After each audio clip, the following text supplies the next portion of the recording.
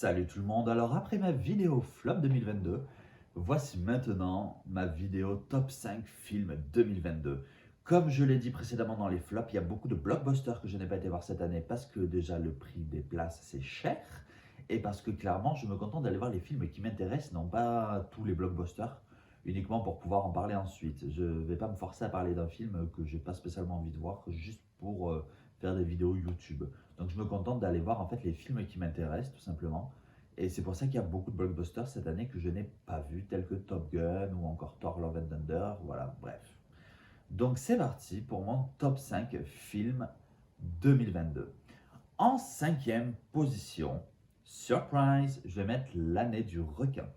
Alors l'année du requin, clairement le film est tellement passé inaperçu, mais littéralement. Et c'est dommage, c'est vraiment dommage, parce que je trouve que vraiment avec le recul, ce film, il a fait un bien incroyable, je trouve, au cinéma français. On est sur un film qui va poser des questions sociétales sur fond de comédie noire, et vraiment, j'ai trouvé ça génial. Parce qu'on va très habilement maîtriser vraiment donc, cet aspect comédie et cet aspect satire sociale.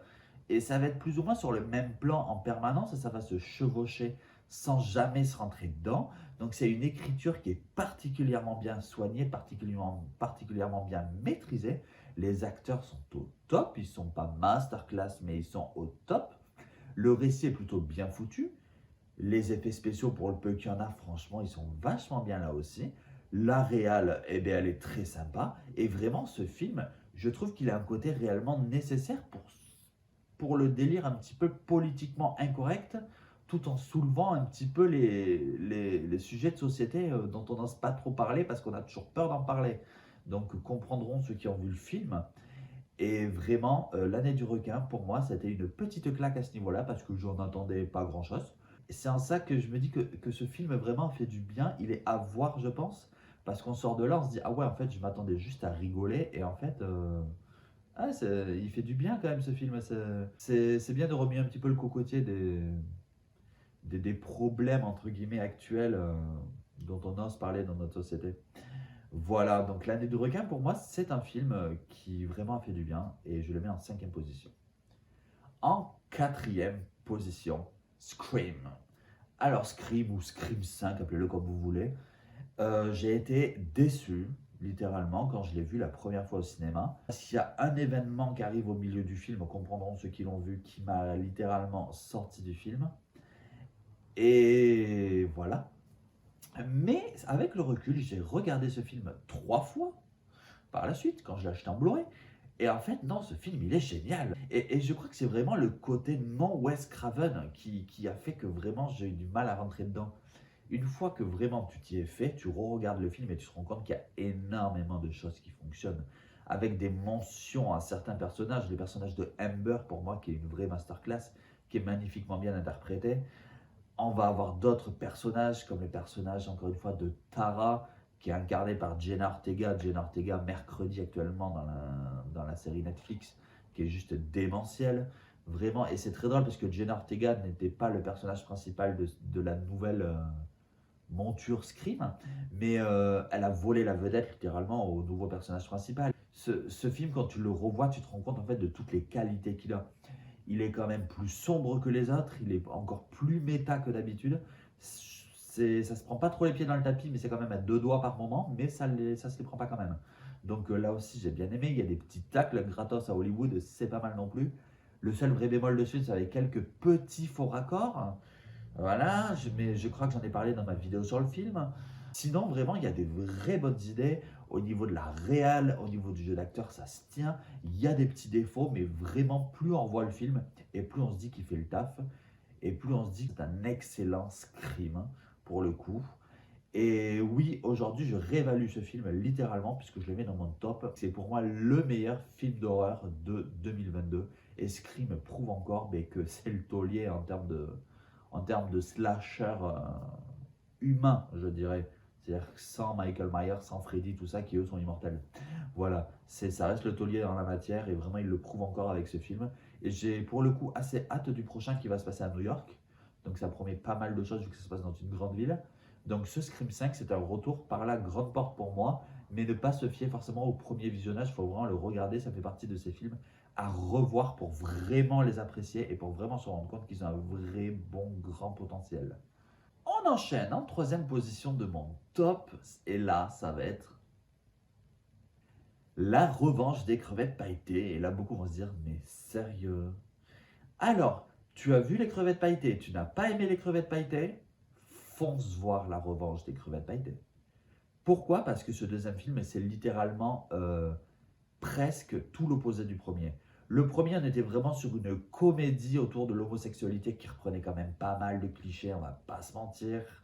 Là, la deuxième, elle a décidé de partir totalement à l'opposé, c'est-à-dire qu'on reprend les mêmes personnages, on reprend leur côté assez extravagant et c'est tout en fin de compte ce qui va être repris du premier, parce que tout le reste, on va placer ces personnages-là littéralement dans des pays où l'homophobie existe encore malheureusement et où les homosexuels sont brimés pour ne pas dire tués.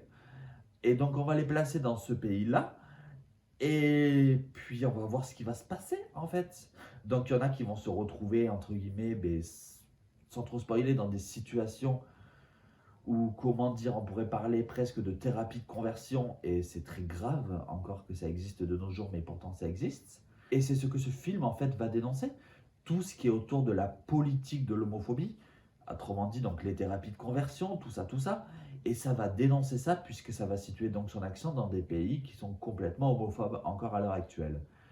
Et c'est très grave. Ce film va prendre une dimension qui va être beaucoup plus politisée que le premier, qui va être beaucoup plus sombre et qui sera tout juste saupoudré de l'humour des personnages. Et vous le voyez, j'ai un peu de mal à parler de ce film parce que c'est compliqué, je trouve, d'en parler sans spoiler. C'est un film politique, c'est un film qui est nécessaire et qui malheureusement est passé totalement inaperçu.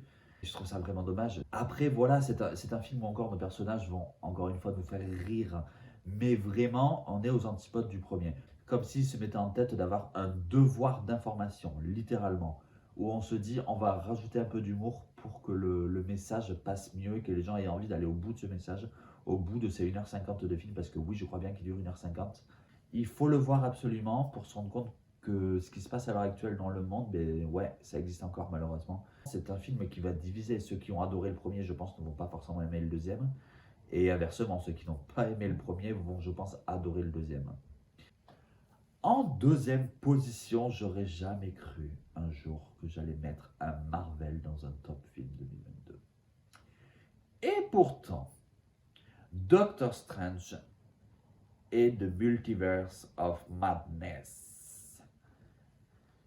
Qu'est-ce que je peux dire de plus sur ce film que j'ai déjà dit dans ma vidéo consacrée à lui? Enfin, Doctor Strange 2, c'est limite un film d'auteur de super-héros. Je suis encore aujourd'hui surpris de voir à quel point Disney a laissé Sam Raimi faire ce qu'il voulait. Je n'en reviens pas. Il a les mains libres, ça se sent, mais ça transpire le réal qui a pu faire ce qu'il voulait. Mais il y a une vision dans ce film qui est absolument incroyable. Une photographie qui est folle, des effets spéciaux qui sont visuellement mais tellement réussis. Une interprétation qui est magistrale, mais là aussi, avec une mention bien sûr plus qu'honorable à Elisabeth Olsen, mais donnez-lui un Oscar sans déconner. Qu'est-ce qu'on attend? Bref, Doctor Strange 2, mais c'est vraiment pour moi, c'est une espèce d'ovni dans les films Marvel de ces 10 dernières années. Parce que pour le coup, c'est noir, c'est sombre, c'est une vision qui est tellement, qui est tellement belle, qui est tellement onirique. Enfin, ce film, il est magistral. Mais franchement, je me suis pris une espèce de claque et je me suis dit, ah, ça me fait tellement chier de dire que j'ai littéralement kiffé un Marvel. Parce que jusqu'à présent, les Marvel, les trois quarts, je les aime pas du tout. Et là, je me suis dit, mais j'en reviens pas, quoi. Et si vraiment Sam Raimi réalise un autre Marvel, mais je serais le premier à aller courir pour aller le voir, hein. Et franchement, mais allez voir la critique que j'ai fait dessus. Il est magistral. C'est certain qu'il va pas plaire à tout le monde. Pour les fans hardcore de Marvel qui aiment l'humour totalement voilà, décomplexé et le côté un petit peu what the fuck des scénarios où on réfléchit pas trop, là c'est plutôt tout l'inverse. Mais donc voilà, c'est pour ça que je pense que ce film a quand même divisé parce qu'il est assez mal classé, je crois, sur tout ce qui est Rotten Tomatoes. Et franchement, je suis pas surpris, je suis pas surpris. On est quand même aux antipodes de ce qu'on fait d'habitude chez Marvel. Donc, malgré tout, rien que pour ça, ouais, il est fou ce film. Donc, courez le voir là aussi si vous l'avez pas vu, hein. Et on enchaîne avec le numéro un de ce top, qui sera le film Novembre. Ah, Novembre. Clairement, j'ai été le voir, on va pas se mentir, pour faire plaisir à papa, parce qu'il avait très envie de le voir, et que maman voulait pas y aller, donc j'ai dit, bah allez, on va l'accompagner, il sera content, et puis moi, j'ai jamais vu de film de ce réal, donc pourquoi pas. Waouh! Mais vraiment, waouh! J'ai eu l'impression de me faire, me prendre des coups de poing dans la tronche pendant 1 heure et demie.